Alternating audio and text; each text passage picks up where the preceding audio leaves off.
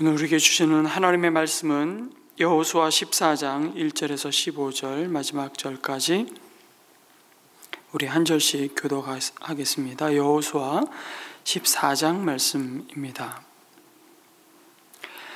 이스라엘 자손이 가나안 땅에서 받은 유산을 제사장 엘르아살과 눈의 아들 여호수아와 이스라엘 자손의 각 지파 우리머리들이 다음과 같이 분배하였다.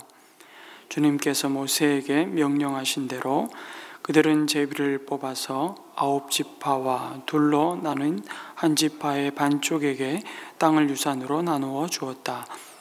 모세가 이미 요단강 동쪽에서 2지파와 둘로 나뉜 한 지파의 반쪽에게 땅을 유산으로 주었으나 레위 지파에게는 분깃을 주지 않았다. 요셉 지파는 므낫세와 에브라임 2지파로 갈리었다. 레위 지파에게는 거주할 여러 성읍과 그들의 가축과 가축을 기를 목장 외에는 분깃을 주지 않았다. 이스라엘 자손은 주님께서 모세에게 명하신 대로 그 땅을 나누었다. 유다 자손이 길갈에 있는 여호수아에게 다가왔을 때에 그니스 사람 여분네의 아들 갈렙이 여호수아에게 말하였다. 당신은 주님께서 나와 당신에 대하여 가데스 바네아에서 하나님의 사람 모세에게 하신 말씀을 알고 계십니다. 내가 40살이 되었을 때에 주님의 종 모세가 가데스 바네아에서 나를 보내어 그 땅을 정탐하게 하였습니다. 나는 돌아와서 내가 확신하는 바를 그에게 보고하였습니다. 나와 함께 올라갔던 나의 형제들은 백성을 낙담시켰지만 나는 주 나의 하나님을 충성스럽게 따랐습니다. 그래서 모세는 그날 내가 주 나의 하나님께 충성하였으므로 너의 발로 밟은 땅이 영원히 너와 내 자손의 유산이 될 것이다 하고 맹세하였습니다. 이제 보십시오. 주님께서 모세에게 이 일을 말씀하신 때로부터 이스라엘 백성이 광야에서 생활하며 45해를 지내는 동안 주님께서는 약속하신 대로 나를 살아남게 하셨습니다. 보십시오. 이제 나는 85살이 되었습니다. 모세가 나를 정탐꾼으로 보낼 때와 같이 나는 오늘도 여전히 건강하며 그때와 마찬가지로 지금도 힘이 넘쳐서 전쟁하러 나가는 데나 출입하는 데 아무런 불편이 없습니다. 이제 주님께서 그날 약속하신 이 산간지방을 나에게 주십시오. 그때 당신이 들은 대로 과연 거기에는 아낙 사람이 있고 그 성읍은 크고 견고합니다. 그러나 주님께서 나와 함께 하시기만 한다면 주님께서 말씀하신 대로 나는 그들을 쫓아낼 수 있습니다. 여호수아가 여분네의 아들 갈렙을 축복하고 헤브론을 유산으로 그에게 주었다. 그래서 헤브론은 그니스 사람 여분네의 아들 갈렙의 유산이 되어 오늘날까지 이른다. 그것은 그가 주 이스라엘의 하나님을 충성스럽게 따랐기 때문이다. 같이 읽습니다. 헤브론의 옛 이름은 기럇 아르바였는데 아르바는 아낙 사람 가운데서 가장 위대한 인물이었다. 드디어 그 땅에 평화가 깃들었다. 아멘. 오늘 말씀은 요단 동편에 이어서 요단 서편의 가나안 땅이 어떻게 이스라엘 각 지파에게 분배되었는지를 말씀합니다. 그 핵심은 하나님께서 모세에게 명하신 대로 이루어졌다는 것이죠. 하나님이 유산으로 주신 기업을 분배하는 일은 신중에 신중을 기해야 하는 일이었을 겁니다. 자칫 땅을 분배하는 일로 이스라엘은 각 지파 간에 돌이킬 수 없는 분쟁과 다툼, 그리고 두고두고 원망을 들을 수 있는 일이었기 때문이죠. 여러분, 부모님으로부터 자식들이 유산을 나눠받게 되는 과정에서도 얼마나 많이 마음 상하는 일이 벌어집니까? 부모님이 평생 일군 재산에 자식들은 별로 기여한 바가 없는데도 유산을 서로 더 받겠다고 형제들 간에 돌이킬 수 없는 아픔과 상처를 남기고 원수처럼 지내는 분들이 참 많습니다. 유독 명절이 가까울수록 그런 민감한 마음들이 더 드러나기도 하고 그만큼 예민한 부분이죠. 그래서 유산의 분배는 정말 일찍 부모님들이 원칙을 잘 세우고 준비해 놓아야 하는 인생 마지막 사명인지도 모르겠습니다. 그런데 물질적 유산을 자손들에게 넉넉히 남기기 위해 정말 온 마음을 쏟다가 정작 가장 중요한 영적 유산을 이어주고 남기는 준비를 하지 못해서 자손들의 삶에 가장 소중한 기업 대신 하나님을 삭제해버린 인생이 된다면 이보다 더 슬픈 일이 없다는 겁니다. 그래서 오늘 말씀해 보니까 제사장 엘르아살과 여호수아 그리고 각 지파의 우두머리들이 함께 유산으로 주신 이 약속의 땅을 분배하면서 하나님이 명령하신 대로 제비를 뽑았다고 말씀하십니다. 민수기 33장 54절 말씀에 보면 이미 너희가 가나안 땅에 들어가 약속의 땅을 차지하거든 그 땅 분배는 두 가지 원칙에 의해서 이루어져야 한다고 광야에서 모세에게 미리 말씀해 놓으셨습니다. 이미 일찌감치 준비시키셨던 것이죠. 첫째는 인구수에 비례해서 분배하는 것이고 둘째는 제비를 뽑아서 지역을 결정하는 것이었습니다. 구체적으로 제비 뽑는 게 어떤 행위로 이루어졌는지는 구체적으로 묘사되어 있지 않습니다. 많은 유대 랍비들은 항아리 2개를 놓고 한쪽에는 지파 이름을 넣고 한쪽엔 지역 이름을 넣고 그렇게 해서 하나씩을 뽑아서 그렇게 땅을 분배한 것으로 유대 랍비들은 해석하고 있습니다. 오늘 말씀은 그 명령대로 유산으로 주신 땅 분배가 이루어지고 있음을 보여주시죠. 사사로이 자신들에게 유리한 방식을 고집하지 않았습니다. 땅을 차지하기 위해 정복전쟁을 함께하며 공을 많이 세운 지파에게 유산이 더 분배가 되는 방식으로 땅을 나누지도 않았습니다. 기준은 딱 하나였습니다. 하나님께서 명령하신 대로였죠. 그 방식이 제비 뽑기 추첨하는 것이었죠. 제비를 뽑았다는 것은 그래서 두 가지 의미가 있습니다. 그것은 땅 분배가 하나님의 뜻에 따라 이루어졌다는 것이고 다른 하나는 모든 지파에게 공정하고 공평하게 분배되었음을 의미하는 것입니다. 여러분, 제비 뽑기라는 방식, 그 행위 자체가 절대적으로 옳은 방식이기 때문에 그렇게 했을까요? 그렇다면 오늘 우리도 정말 인생의 중요한 선택과 결정들을 적어도 그리스도인이라면 제비 뽑기를 하든지 아니면 손바닥이 침 뱉고 손가락으로 탁 쳐서 많이 튀기는 쪽으로 선택하면 되겠네요. 여러분, 방법이 중요한 것이 아니라 그 방법을 통해 하나님의 뜻과 인도하심에 전적으로 순복하겠다는 그 믿음이 중요한 것이죠. 그리고 그 인도하심에 대한 하나님의 절대적인 신뢰와 믿음이 중요합니다. 그 방법에 담아 놓으신 원리와 정신이 무엇인지를 봐야 하는 것이죠. 그것은 바로 로드십입니다.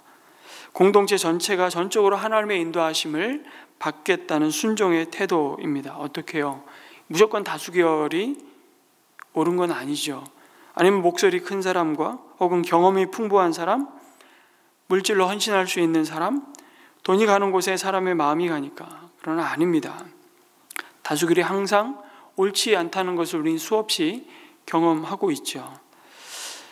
각자가 하나님의 마음을 말씀과 기도 가운데 분별하고 인도하심을 받는 다수결이어야 건강한 공동체로 세워질 수 있는 것입니다.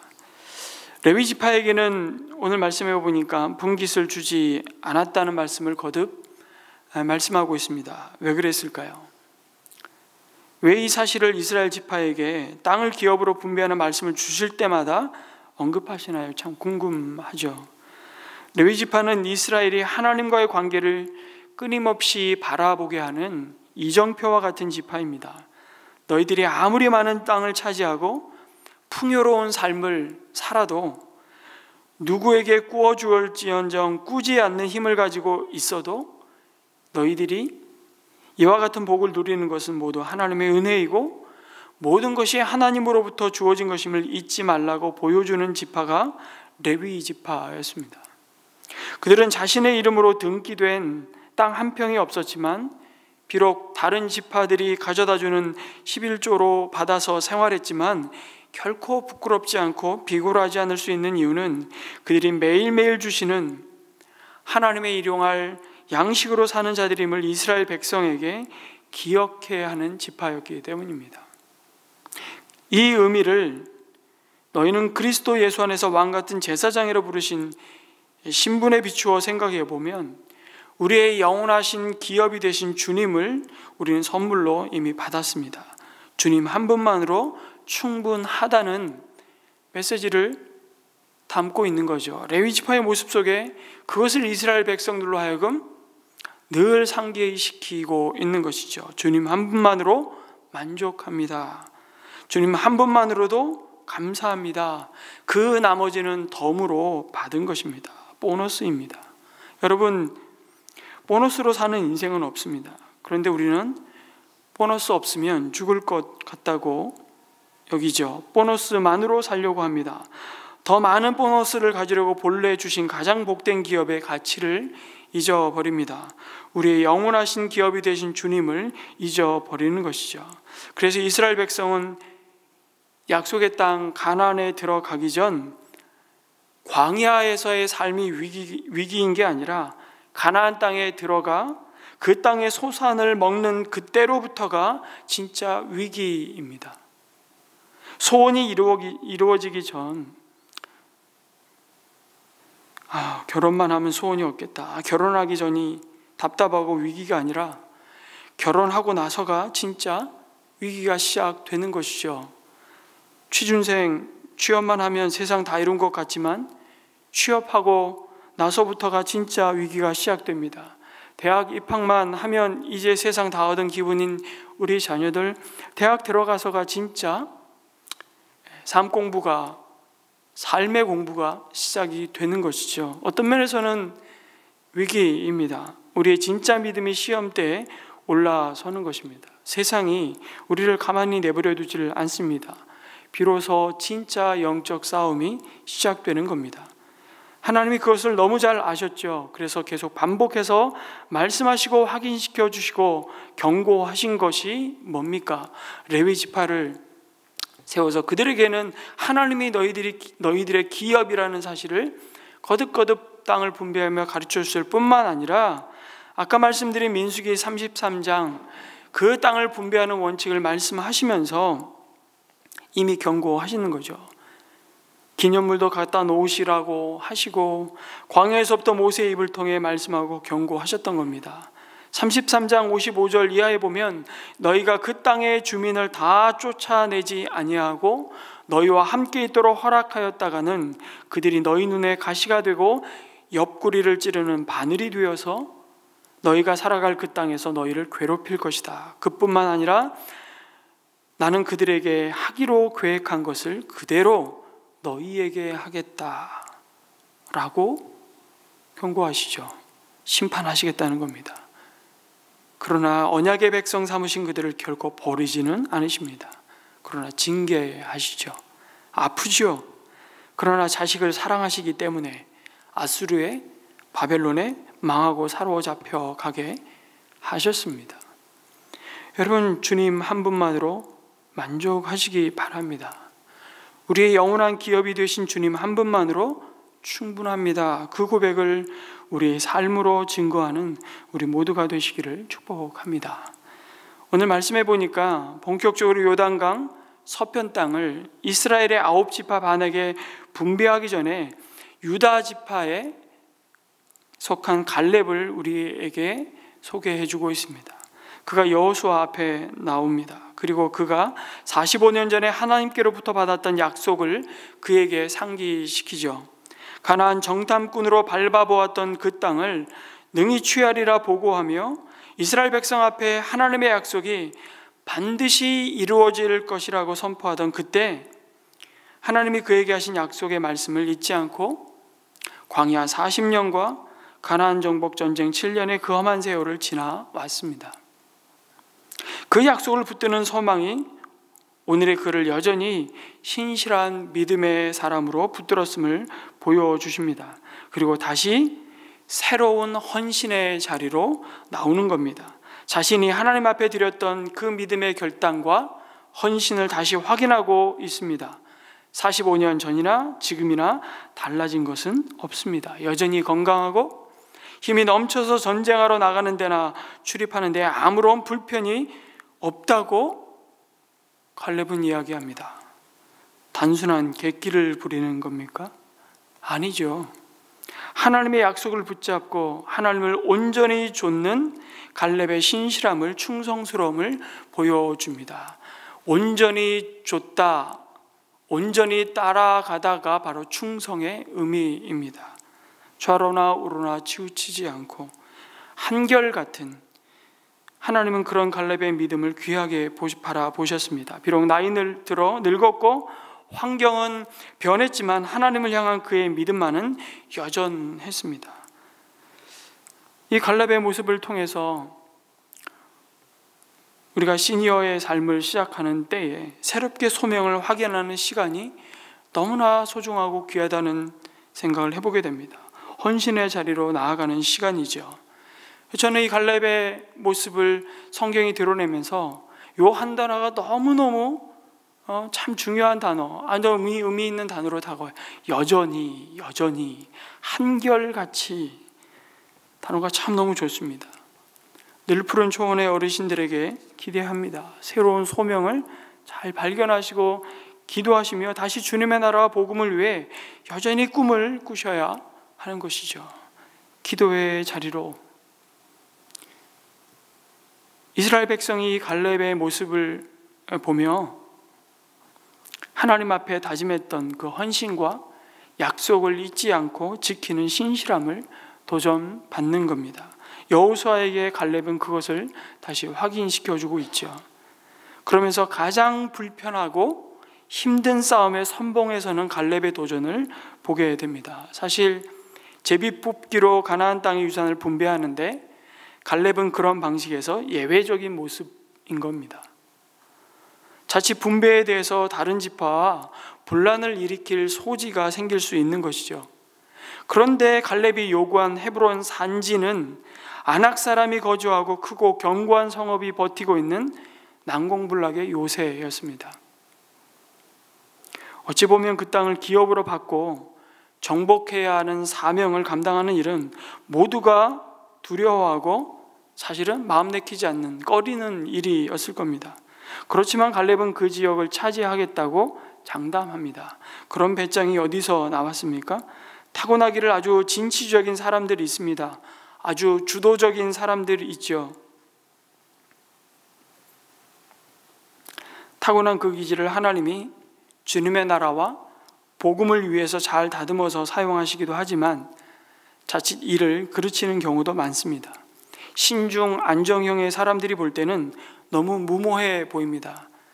갈렙이 여호수아 앞에 가서 그렇게 저 헤브론 산지를, 저 산간지방을 나에게 달라고 할 때 아마 갈렙과 그 후손들, 그에게 속한 식솔들은 왜 쓸데없는 얘기를 가서 여호수아 앞에서 해가지고 우리로 이 생고생하게 만드냐, 그런 불평을 했는지 모르겠습니다. 쉽지 않은 길을 선택한 것이죠. 갈렙이 지금 이렇게 자신만만한 근거는 그가 타고난 적극적이고 긍정적인 사람이기 때문이 아니라 오늘 말씀에 분명히 나와 있습니다. 12절에 주님께서 나와 함께 하시기만 한다면, 주님께서 말씀하신 대로 나는 그들을 쫓아낼 수 있습니다. 그래서 지금 갈렙이 객기 부리는 것이 아니라 얼마나 그가 충성스럽게 하나님만 의지하고 믿음으로 나아가는지를 드러내십니다. 하나님을 온전히 좇은 사람이었습니다. 이게 충성의 의미, 두 마음을 품지 않는 겁니다. 두 발을 하나는 세상에 하나는 주님께 걸치고 사는 사람이 아니었습니다. 하나님은 갈렙의 그 믿음을 귀하게 보셨죠. 그리고 스스로 말씀하신 제비 뽑기가 아닌 그가 그의 기업을 선택하도록 허락하셨습니다. 그리고 갈렙의 그 모습은 이스라엘 남은 지파에게 본이 되었죠. 다른 지파가 아무 소리 못하도록, 우리가 유산으로 받은 이 땅은 너무 척박합니다. 너무 좁습니다. 불평하고 원망하는 길을 원천 차단하고 맙니다. 그러기 위해선 갈렙이 아무도 가지 않으려는 좁은 길을 먼저 가는 겁니다. 어른이 믿음의 길을 흔들리지 않고 가는 것이죠. 이것보다 더 귀한 유산이 없는 겁니다. 여러분, 다른 사람이 아무 소리 못하도록 하는 방법은 내가 나이가 1살 더 많다고 윽박 지른다고 되는 것이 아닙니다. 어른이라고 목에 힘준다고 아무 소용없습니다. 오래가지도 않습니다. 희생하고 보여주는 길밖에 없습니다. 먼저 은혜 받은 자들이 불편한 자리에 서는 것입니다.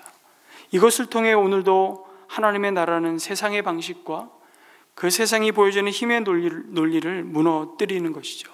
진정한 그곳의 의와 평강과 희락으로 하나님의 나라가 임할 것입니다. 그렇게 차지한 땅의 이름이 오늘 뭐라고 합니까? 기럇 아르바에서 헤브론으로 바뀌었다고 말씀합니다.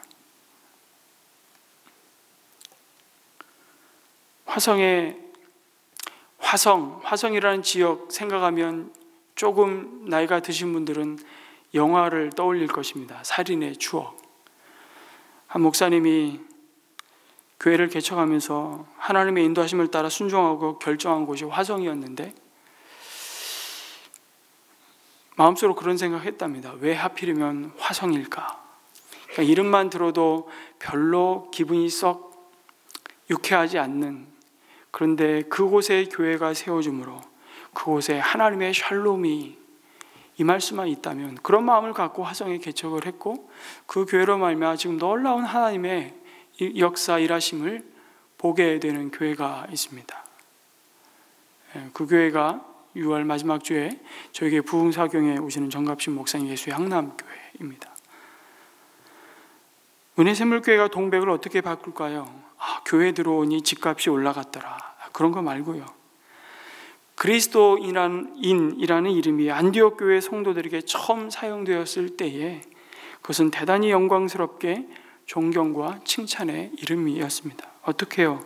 그들이 정말 서로를 사랑하며 세상에서 기대할 수 없는, 세상이 볼 수 없는 섬김을 그들의 삶을 통해서 보았기 때문입니다. 그리스도 이름으로 세상은 그렇게 정복되는 것입니다. 오늘도 우리를 부르신 그곳에서, 오늘도 우리로 밟는 땅 모든 곳에서 그 평화가 깃들기를 주님의 이름으로 축복합니다. 아멘.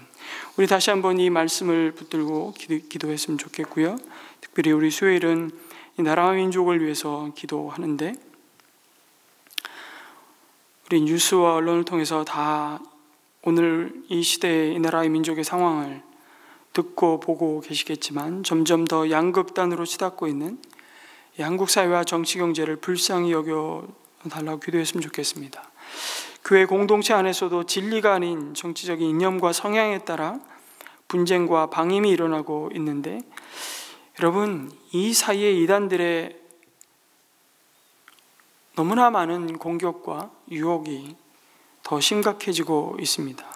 난리와 난리, 민족과 나라의 전쟁, 기근과 지진 등 재난의 소식과 공동체의 분열과 서로 미워함과 거짓 선지자들의 미혹과 불법이 성하는 것 이미 주님이 말씀해 주셨습니다. 말세에 일어날 이런 모습이 지금 한국 사회에 집약되어 나타나고 있는 모습을 보게 되는데, 혼란스러운 사회에서 교회가 안전한 피난처가 되게 해주시기를 기도했으면 좋겠고, 올바른 길을 제시하는 건강한 등불의 역할을 감당할 수 있도록 우리 한국 교회와 이 나라 민족을 위해서 기도하시고 개인의 기도를 이어가 자유롭게 돌아가도록 하겠습니다. 기도하겠습니다.